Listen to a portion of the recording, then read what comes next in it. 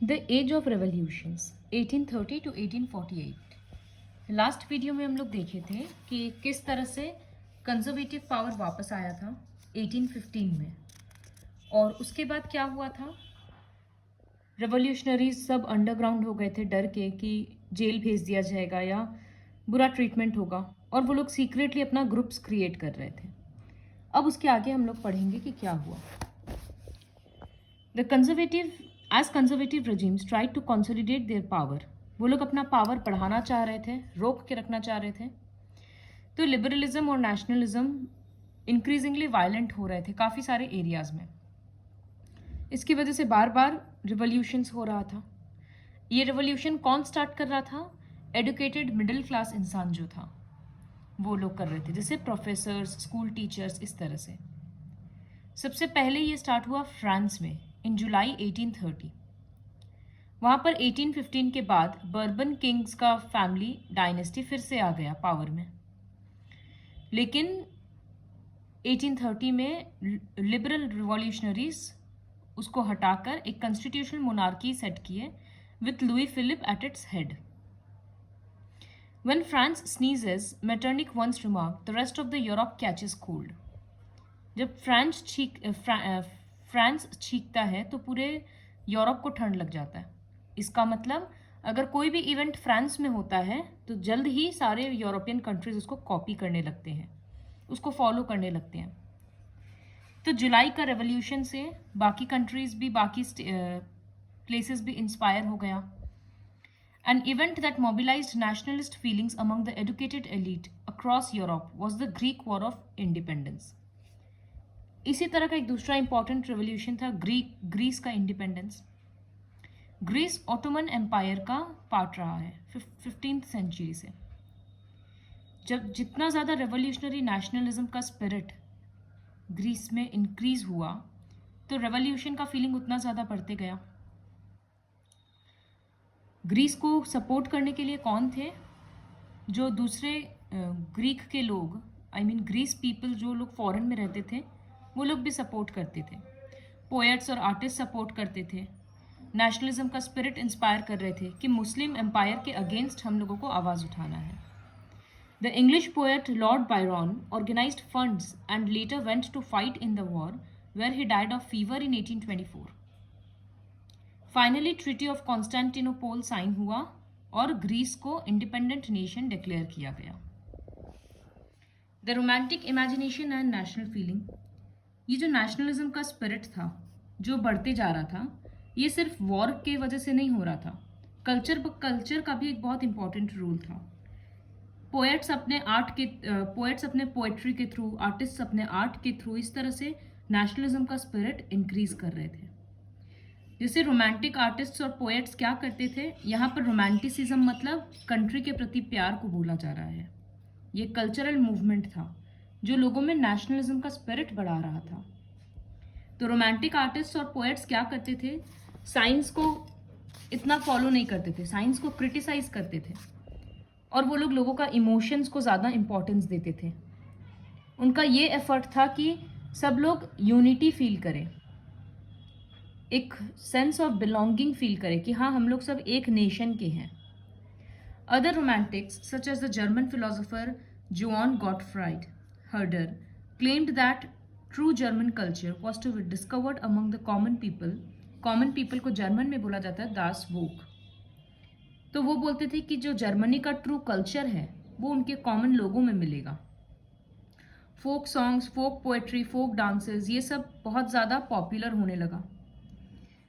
लोग जगह जगह जाकर परफॉर्म करने लग गए लोकल लैंग्वेज में, वर्नाक्यूलर लैंग्वेज में। क्यों ऐसा करते थे? क्योंकि हर कोई पढ़ लिख नहीं सकता था, तो इलिटरेट लोगों में भी नेशनलिज्म का स्पिरिट पहुंचाने के लिए ये सब काम किया जाता था। पोलैंड में भी ये सब चीज़ हुआ। लैंग्वेज का एक बहुत इंपॉर्टेंट रोल रहा। जैसे जब पोलैंड में रशियन ऑक्यूपेशन हुआ, मतलब रशियंस ऑक्यूपाई कर लिए, तो पॉलिश लैंग्वेज का यूज़ को हर जगह बंद कर दिया गया। रशियंस बोलते थे कि तुम लोगों को रशियन लैंग्वेज में ही बात करना पड़ेगा, चर्च में, स्कूल्स में, हर जगह पे। तो लोग रिवोल्ट के तौर पे क्या करते थे, चर्च गैदरिंग से सब में पॉलिश लैंग्वेज यूज़ करते थे ये दिखाने के लिए कि हम लोग रशिया के अगेंस्ट हैं। एंड एज अ रिजल्ट क्या हुआ, काफ़ी लोगों को जेल भेज दिया गया। तो लोग लैंग्वेज को भी अपना वेपन बनाकर फाइट कर रहे थे कि हम जिस कंट्री के सपोर्ट में नहीं है, जिस एम्पायर के सपोर्ट में नहीं है, उसका लैंग्वेज नहीं बोलेंगे। Hunger, hardship and popular revolt. In 1830s economic problem Europe में बहुत बढ़ गया क्योंकि फर्स्ट हाफ में बहुत ज़्यादा पॉपुलेशन बढ़ा।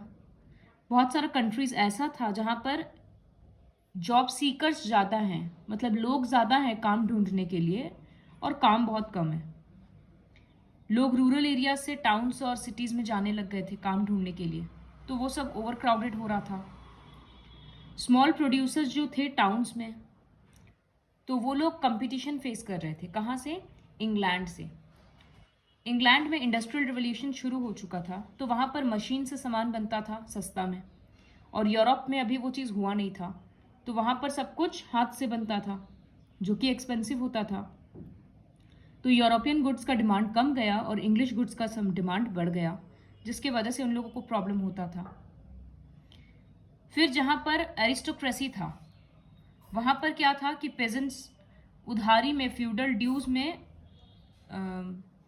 फ्यूडल ड्यूज से परेशान हो गए थे, कर्जा नहीं चुका पा रहे थे। खाना का प्राइसेस बढ़ गया, क्रॉप पूरा हार्वेस्ट खराब हुआ, जिसके वजह से और प्रॉब्लम फर्दर इंक्रीज होता गया। The year 1848 was one such year. Food shortages और अनएम्प्लॉयमेंट इतना ज़्यादा बढ़ गया कि लोग पेरिस के रास्ते पर आ गए। जगह जगह बैरिकेड लगा दिया गया। लुई फिलिप, जिसको कॉन्स्टिट्यूशन के द्वारा असाइन किया गया था, वो भाग गया, वॉज फोर्स्ड टू फ्ली। एक नेशनल असेंबली रिपब्लिक अनाउंस कर दिया गया और 21 ईयर्स के अबव सारे मेल्स को वोटिंग राइट दिया गया। नेशनल वर्कशॉप सेट किया गया जहां पर लोगों को काम मिलता था। इस तरह का एक रिवोल्ट और हुआ सिलेशिया में।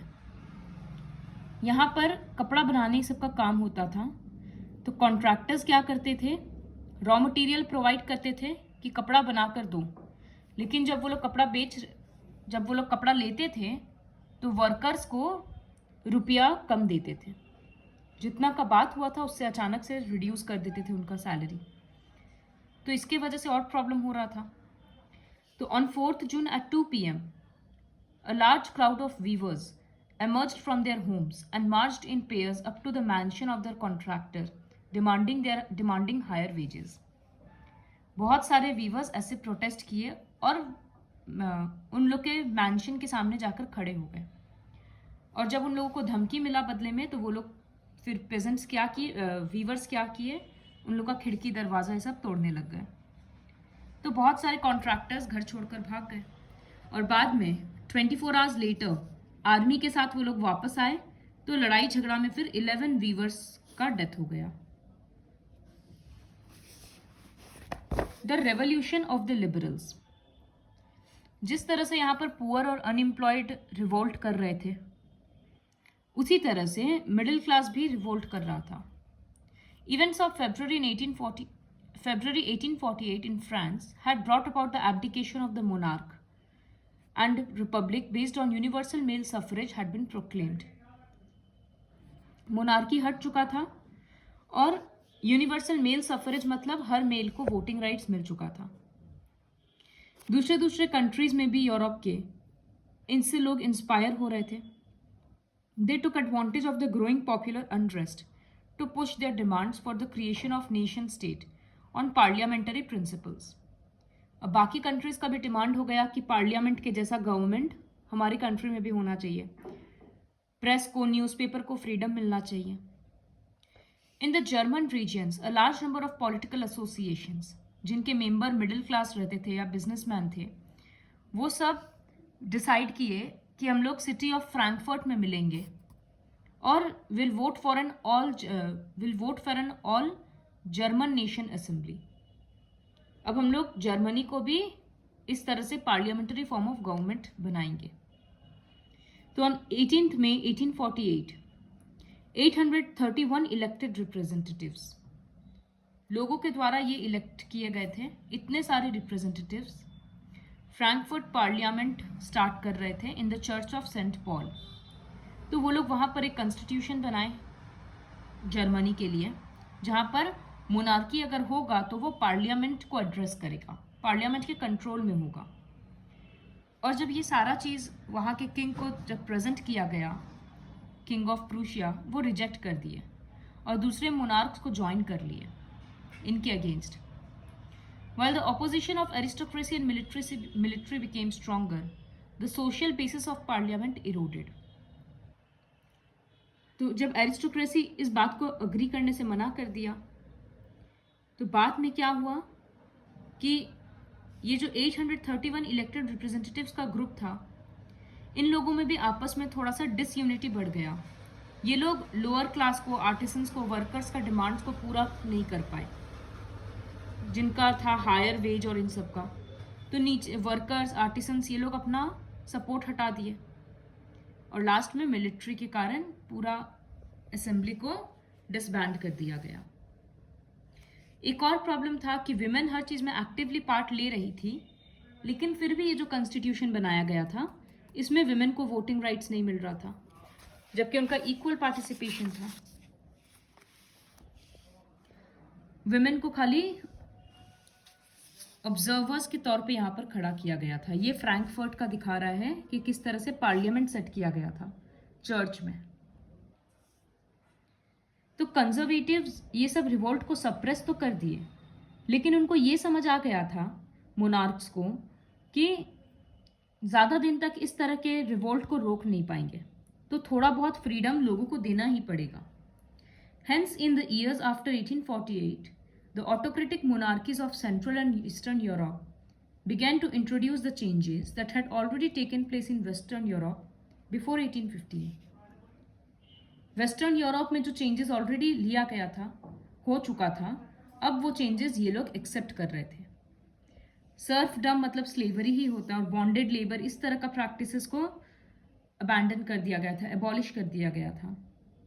The Habsburg rulers were granted more autonomy to the Hungarians in 1867.